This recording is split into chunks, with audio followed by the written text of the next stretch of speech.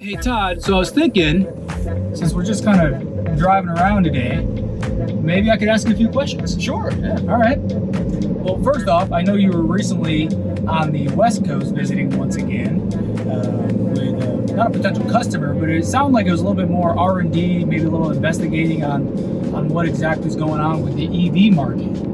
So, anything you want to shed light on there? Yeah, I think it has how it relates to us, say in our industry, is that there's been a much stronger push, we'll say, in cleaning for the EV market. Historically, it's always been that let's just use no clean fluxes and we'll kind of call it good. That is beginning to, or at least they're beginning to see, a lot of the different manufacturers, that's not a great philosophy, because they are having field failures and are really beginning to explore the opportunities of cleaning,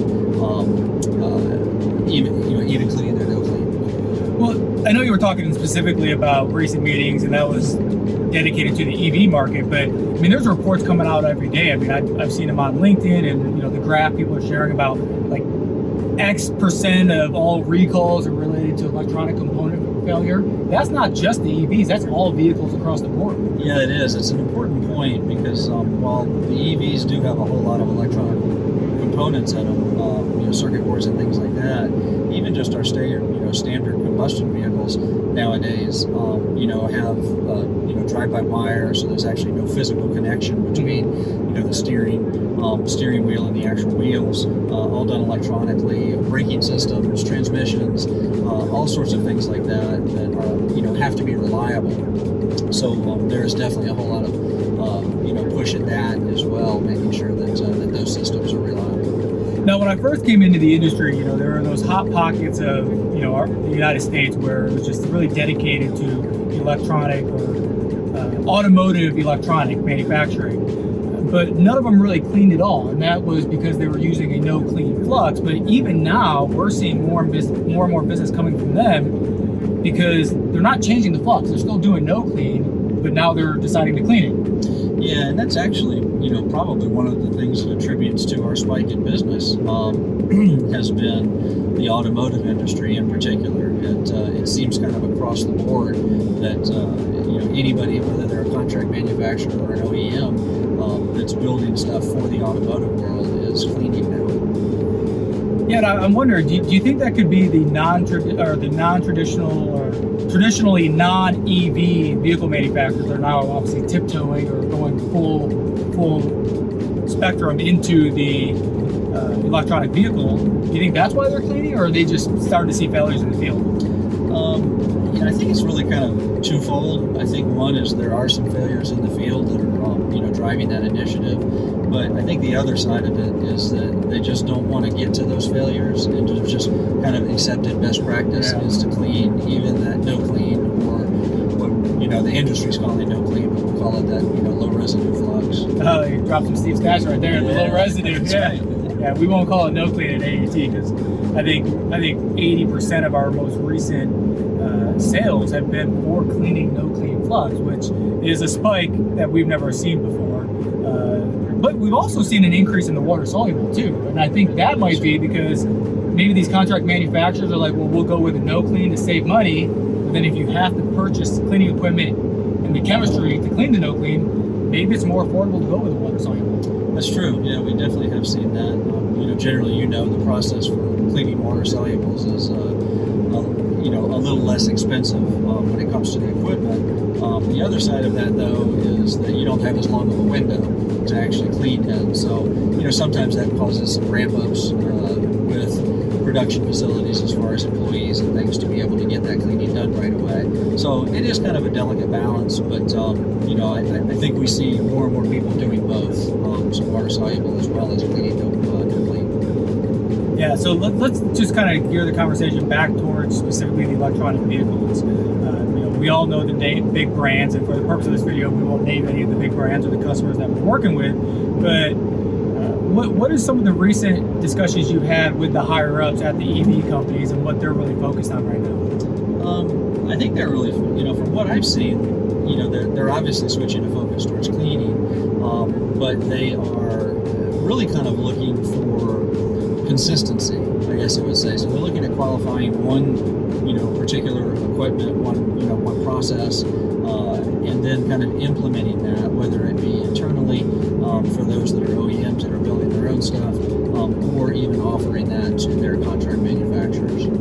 Got it. So even though when we talk about electronic vehicles, they still are a vehicle manufacturer in the sense that they're not just building electronic circuit boards for their vehicles. They're either, for the most part, from what we're seeing, they're still using contract manufacturers. That is definitely the case. Yeah, and we're seeing this worldwide. It's not just here in America with the big names like Tesla, who obviously is one of the most American-made cars in all of manufacturing.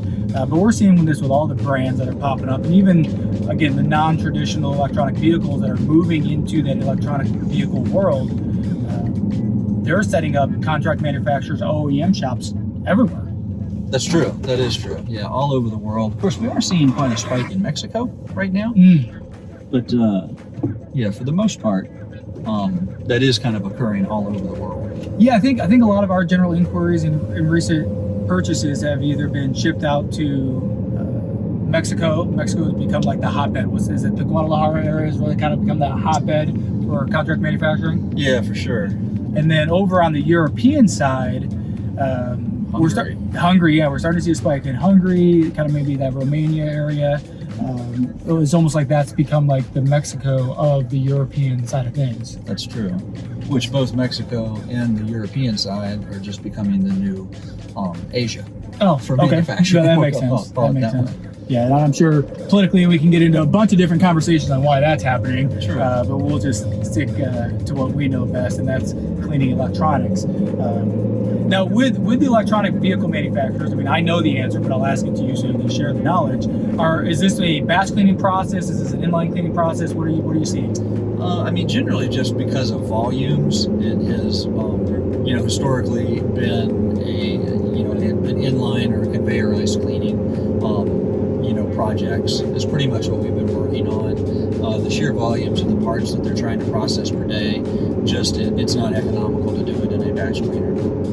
Yeah, absolutely. And not only the volume, but I mean the quality of cleanliness too. I mean, obviously you can get very clean boards and you can get very high reliable clean boards out of a batch cleaner, but the cycle times is typically extended. You're really relying on that chemistry to do the work, whereas with that inline cleaner, we know the sales pitch, the direct impingement right onto the board surface really allows to make sure that every board is coming out very, very clean. But I guess the next question really would be, when are you getting an EV? I think it'll probably be a little while for me. My commute back and forth to work is a little long, and it's I don't know. I do like to take road trips, love to drive, and after having a rental out on the West Coast that was an EV, while it was great driving it, a lot of great technology, They are fun. and extremely fast, it still took, I think when I plugged it in the first night, told me it was 6 hours and 40 minutes until it was fully charged.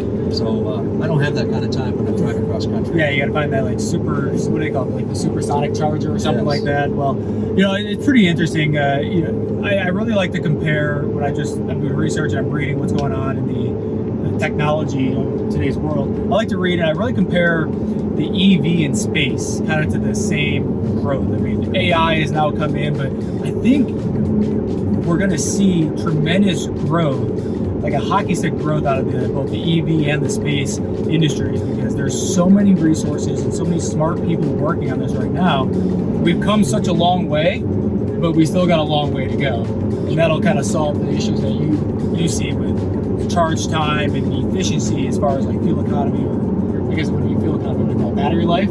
Yeah, without a doubt.